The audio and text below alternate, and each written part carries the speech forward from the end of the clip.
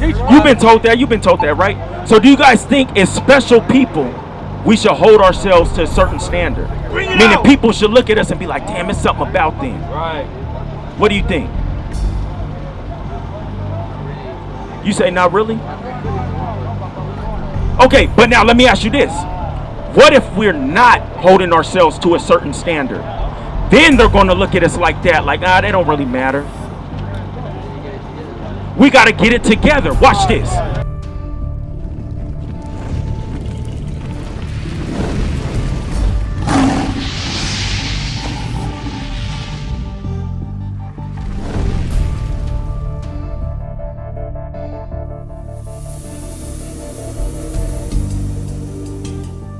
And there's it's specific. What day is the seventh day? You know? Because you said Sunday was the day for the Sabbath day. You said what day? You say Sunday is? You guys got calendars? Pull out your calendar on your phone. It's been in front of you the whole time. What's the first day of the week? You say first. Wait, Sunday. Sunday is the first day of the week. So the seventh day is what? And guess what? You were quick to say Sunday because you were lied to. They don't do this in the church. These are the lies. This is a sin that we commit, that we must come out of. Read. But the seventh day is the Sabbath of the Lord thy God. Now, on the Sabbath, watch what we got to do. Watch what you can do. In it, thou shalt not do any work. If you have a job, you got to work and pray to not work on that day, to take the Sabbath off. Read. Thou, nor thy son, nor thy daughter, thy manservant, nor thy maidservant. And guess what? If you got businesses, anything like that, give me no buying, Nehemiah. As well, they shouldn't be working on the Sabbath day. Businesses should be closed down. The food, the cooking we're doing, we shouldn't be doing that on the Sabbath day. Did you just find that right there?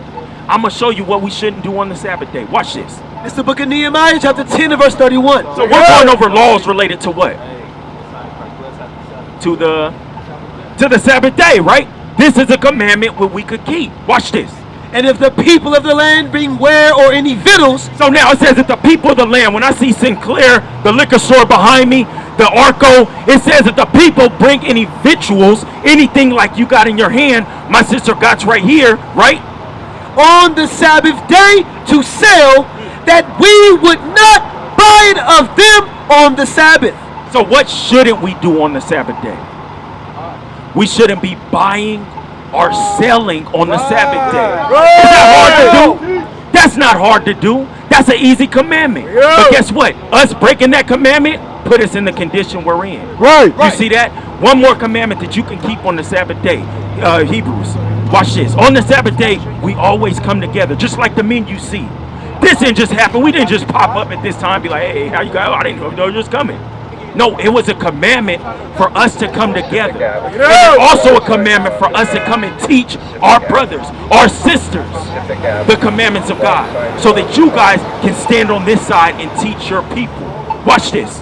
It's the book of Hebrews, chapter 10 and verse 25. Not forsaking the assembling of ourselves together. It says to not forsake the assembling of ourselves together. What does that mean? For us not to forsake the assembling. What does that mean? We got to gather. We got to come together. That's the only way we're going to overdo what's been placed on us. It says that we got to come together. Read. As the manner of some is, but exhorting one another. And that's what we're doing. We're exhorting you guys. Read. And so much the more. And so much the more.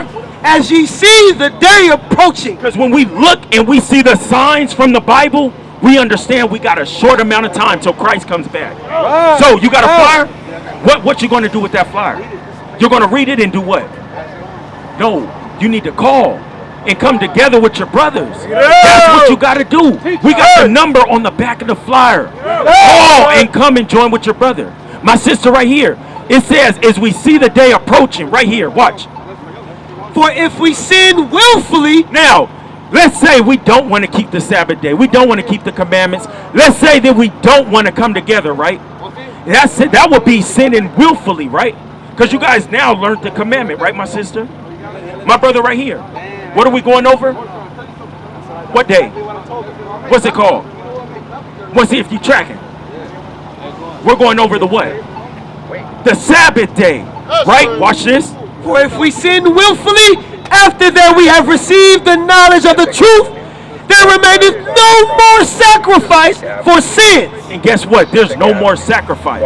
I'm going to show you guys Deuteronomy 7:6. Both you guys. I'm going to show you guys something real quick. How old are you, sis? You're 29? How old are you?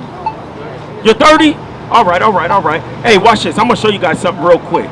My brother right here, my sister right here. You guys know you guys are special people? Wake them up. Did you guys ever been told that? You've been told that. You've been told that, right? So do you guys think as special people, we should hold ourselves to a certain standard? Meaning people should look at us and be like, damn, it's something about them. Right. What do you think? You say, not really?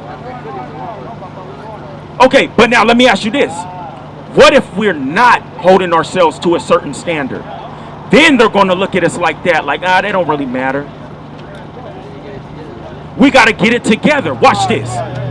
It's the book of Deuteronomy, chapter 7 and verse 6. For thou art an holy people unto the Lord thy God. Guess what? You guys are holy to men. It's not about men. It's not about the other nations. It says that to God, we are holy people. My sister, you're holy to God. You're holy to God. Read. The Lord thy God hath chosen thee to be a special people unto himself. Read. Above all people. Guess what? We got to hold ourselves to a standard above all the other people. From the way we dress, to the words we speak, to the way we carry ourselves, to the way, my sister right here, you married? The way we walk out the house, even as women, the way a woman walks out the house. You got to carry yourself to a different standard. My brother right here, you have to carry yourselves to a different standard. Watch this, read. Above all people that are upon the face of the earth. 1 Corinthians 3. The reason we got to hold ourselves to another standard is because God's dealing with only us. God's only dealing with us. My sister right here, I'm going to ask you a question. You got kids? You got kids? Daughter? Son? You got a son. Okay, now let me ask you this. If you had a daughter, would you allow your daughter just to walk out the house with anything on? Or would you look at her first?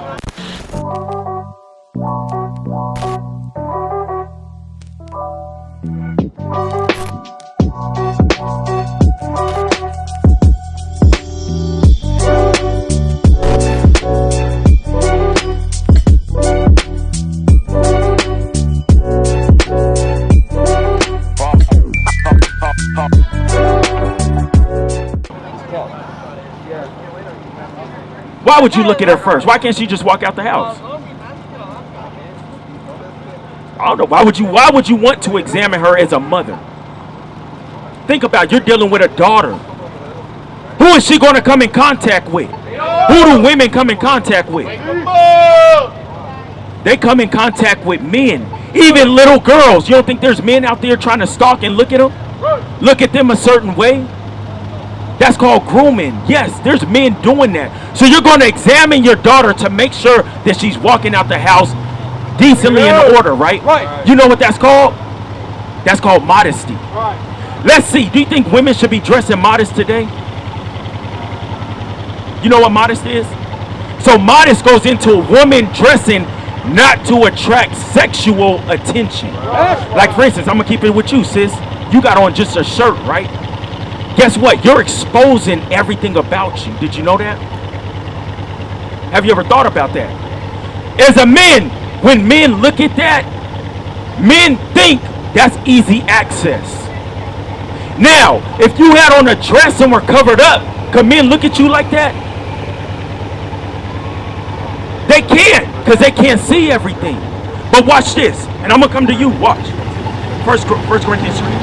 1 Corinthians chapter 3, verse 16. Know ye not that ye are the temple of God? Guess what? Our people don't know. Our people don't consider that we're a temple for God. Now, when we think about a temple for God, is it going to be some busted building? Is it going to be a broken down building like this, a plot of land, or what it's going to be like? It's going to be decorated up, covered up. Nobody can just access it. That makes sense? You are a temple. You are a temple for God. Read. And that the Spirit of God dwelleth in you. Guess what? The Spirit of God must dwell in us. You know what that Spirit is? That That spirit is the lost step because you're not dressing like everybody else. My brother, you're not doing what other people want you to do. Using drugs. We shouldn't be doing that. We shouldn't be putting that in our system. Because what is it going to do? Have us out here on the corner looking crazy. Somebody coming to rob us. That's what it's going to do. But read. If any man defile the temple of God. Now guess what? If we choose not to hold ourselves to a standard when it comes to God, if we choose to put drugs in our bodies, if we choose to misrepresent God who called us, read, him shall God destroy. Guess what? God's going to destroy us. And he can do it anyway. He can do it by drugs. You awake? You see that? What's going on with you? You hear? What are we going over? See that? Watch this, sis. Give me 1 Timothy 2. It's the book of 1 Timothy chapter 2 and verse 9. Read it out. In like manner also that the women... That the what? The women... We're dealing with the women right now, right? That they what? Adorn themselves in modest apparel. So sis, do you think modest apparel will be you coming out in just a shirt? Do you think that's okay for a woman to do? Why not? Because God commands you not to. God commands a woman not to come out in just a plain shirt, but to wear modest apparel. Our women wore dresses. Our women covered up. Our women wore head wraps. Royal women. But due to us being enslaved, now they say that's okay to do. But you never been told you were special according to God. Read. With shamefacedness and sobriety. And guess what? Our women should be shamefaced. We don't have a lot of good examples of women being shamefaced today. But nowadays, women are what? All up in the man's face? Telling the man what to do? Barking back at him? Yelling at him? Always trying to get with that man what he got going on in other people's business? That's the women today. But what did it say? With shamefacedness. Women must be shamefaced and sobriety and sober. We don't have women who are holding those standards today. And it's not a hard thing to do, is it not? To cover up. Because if you don't cover up, guess what's going to happen? Guess what's going to keep happening? Violence is going to keep being committed amongst women. Right. Men are going to keep lusting after women. Right. Do you know by you dressing like that, sis, you can put other men in sin? You could put stumbling blocks before men. Did you never think about that? Everything we do, we got to think about this. The sins that we commit, it don't just affect us. It affects everybody. Right. It affects all our people. By us sinning, guess what? We're holding back all our people from coming in. Because if they seen you dressed in a certain way, sis, other sisters are going to look at you and ask, hey, where'd you get that from? I like the way you rock that. Remember, we're a special people. Everything we do, everybody copies. Everything we do, everybody copies it. You putting on a dress, you don't think people are going to look at that and copy that? If you put on a dress, you don't think if you had a daughter, she'll look at that and be like, you know what, my mom's dressing different. Mommy, I want to wear a dress. Mommy, I want to cover up. That makes sense, right? So what do you think you must do? Why must you wear a dress?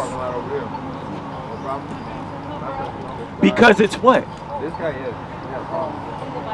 It's in the Bible. It's a commandment for our sisters to do. That's a commandment for the women to do, to dress modest. That's right. That's a commandment. You dating? You married? Or I know you're not married. Boyfriend? No? Okay. Do you think that's all right with God? Boyfriend, girlfriend, what you think about that? What about this? One night stands. That's a lot going on, right? Hookups. You think that's okay? Why not? You say, where can we find the law of marriage at? You don't know? Watch this. You're on point. I'm just seeing where you're at. Watch this. It's the book of Hebrews, chapter 13, and verse 4. Marriage is honorable in all. Guess what the Bible said? That marriage is honorable. Now, think about a woman. When a woman goes to get married, what is she wearing? Look at that.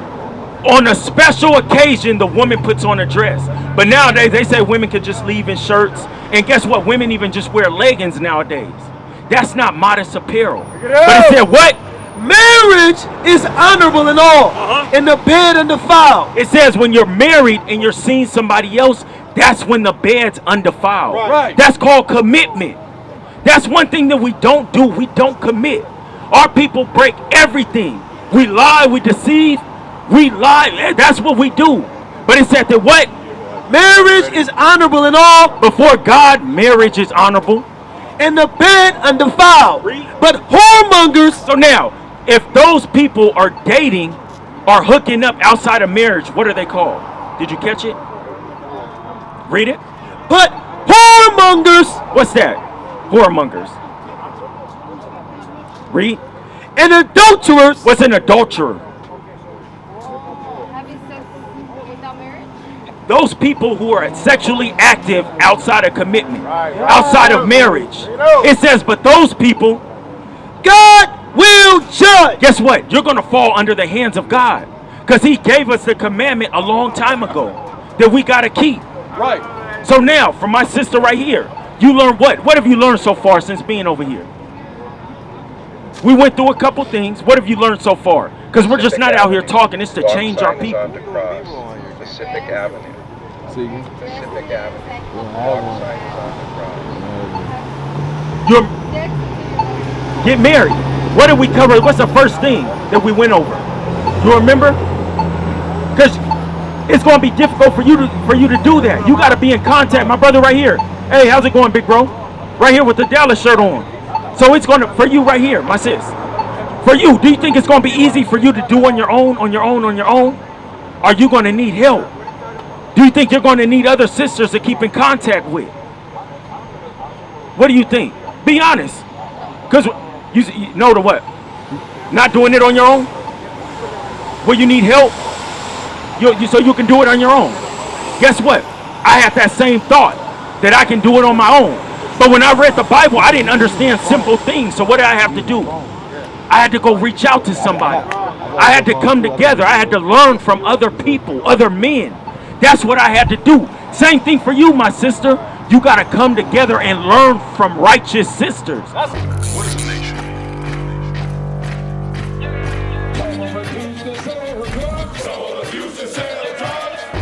Nation is men leading by example.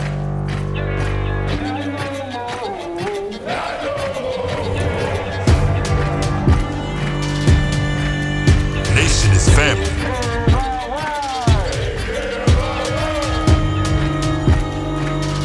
Nation is community.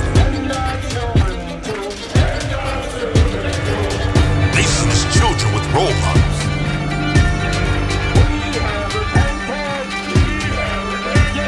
Nation is unity.